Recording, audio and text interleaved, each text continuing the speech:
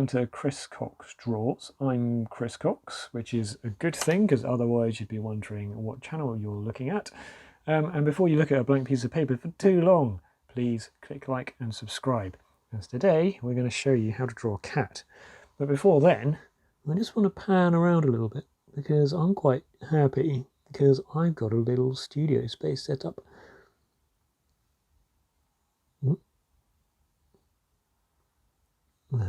Specifically for my drawing, which I haven't done before, which is quite nice. So yep, I wanted a bit more space so that I can concentrate on making my next book, which is the sequel to this one. Okay, so without further ado, may as well show you some more behind the scenes stuff. There's this as well. This is my sketchbook. And this is the kind of thing that I do before making these videos so that I know kind of what I'm drawing and how to break down, how to teach it a little bit better, how to show you a bit better. So there you go. I was quite happy with that because I put the tick there. Isn't that good? So today, obviously, we're drawing a cat because I've done dogs. And I think it's only fair that we do cats as well. So let's get on with it. Last week's video was far more me drawing and then talking a little bit as I went over it. And it is much more how I would draw normally. Where my daughter said, you need to explain things a bit more. And so, oh, okay, which is kind of funny because very often I'm told I explain things too much. So that was quite amusing. So what I've done here is I've just done, for the cat's head, just do a triangle, and another triangle here, which is basically a square shape. But what I'd quite like to do is give the top half a little bit bigger than the bottom half.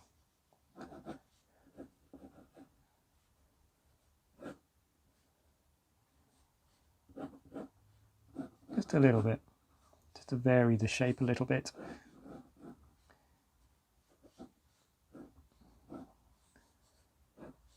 So we're not making it a symmetrical kind of symmetrical square that's equally sort of equal one side to the top and then to the bottom. What we're doing is we're just making it a little bit lopsided, a little bit top heavy. So it just gives it a little bit more character. And we've just done two triangles here for ears. And then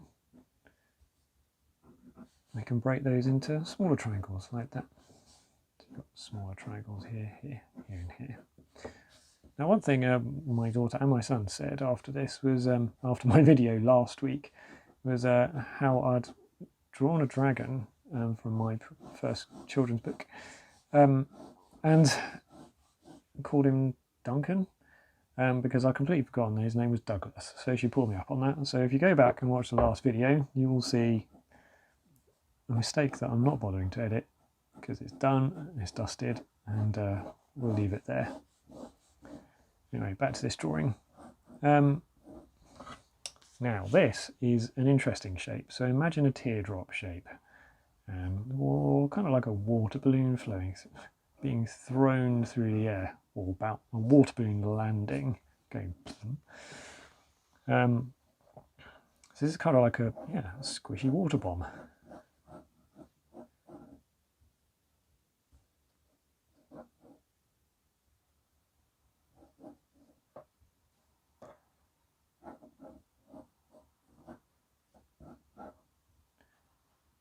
So it's kind of imagine a bean shape. You could draw a bean. You could do it like just draw it up here. You could imagine it like here, like a circle, and then you're sort of squishing it in the middle.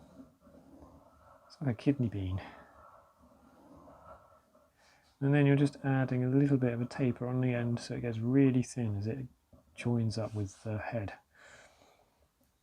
And that gives that kind of graceful, elegant kind of pose that cats sort of have. That sort of, they're really slinky and bendy. So we want to capture that in the picture. And then with the tail as well. The tails are long, and we'll just make that a big line. We'll ignore that up here for now.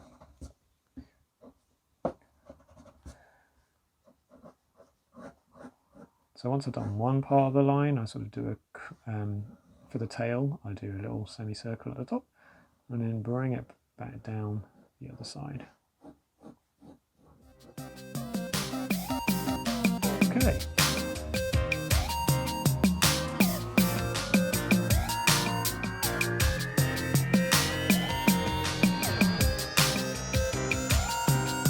Okay, just had to do something else, but picking this back up again, what I've done is I've drawn some very simple legs.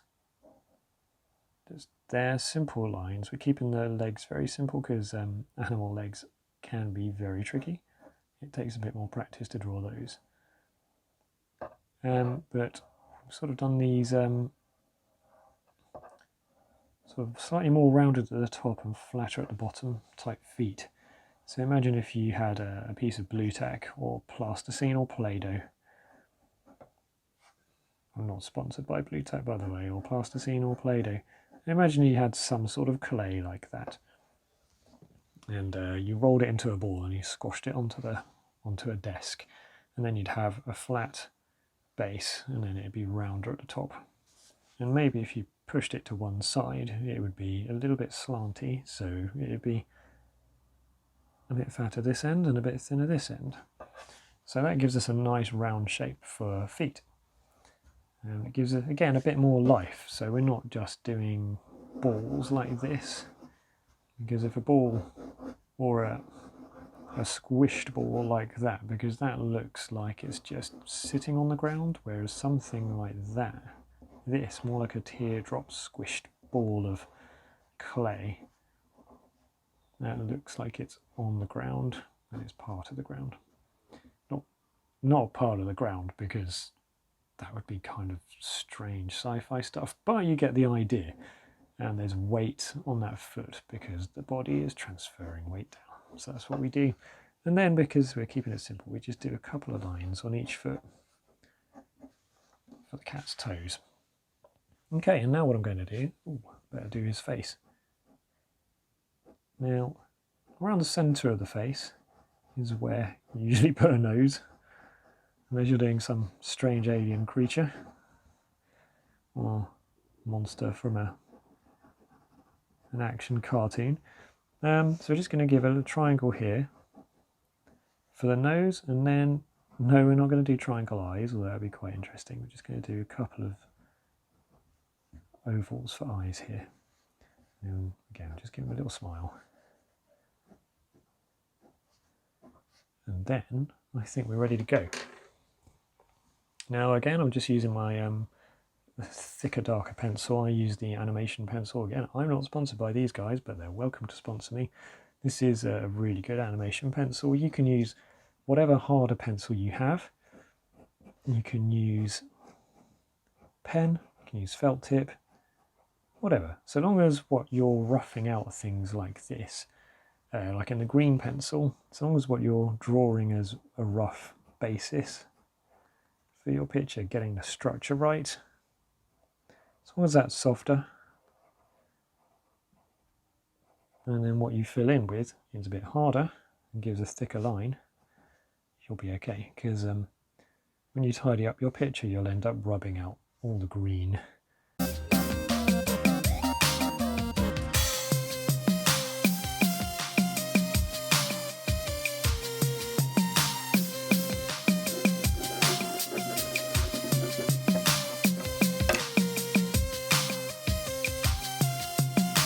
Okay, we filled in a little bit more, and I'm just going to rub out some of the detail, some of the mistakes, or stray lines rather, there.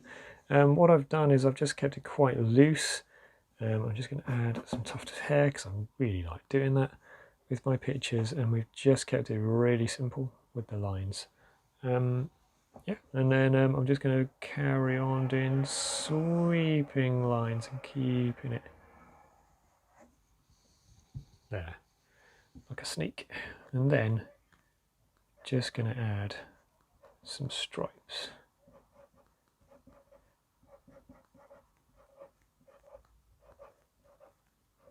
because I like the striped effect on cats. Well, at least on cat pictures. I'm more of a dog man myself.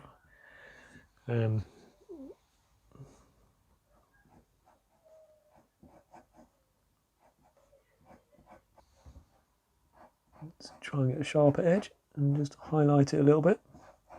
But these are just triangles for the stripes.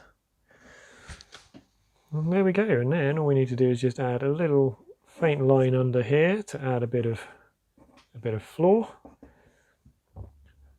and a bit more colour to the nose now with the softer part of the pencil. And there we have it. We have a cat.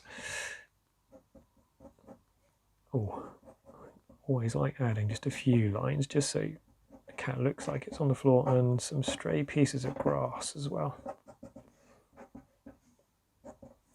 And then of course, pop your name down so that people know it's you. Okay, well, thanks very much for joining me, and stay tuned for the next one. And be sure to go to my website at mrchriscox.com where you can buy my book, and I will shortly be updating on progress on my second book, so you can get an idea of what happens behind the scenes. So be sure to check that out. Okay, take care and see you soon. Bye bye.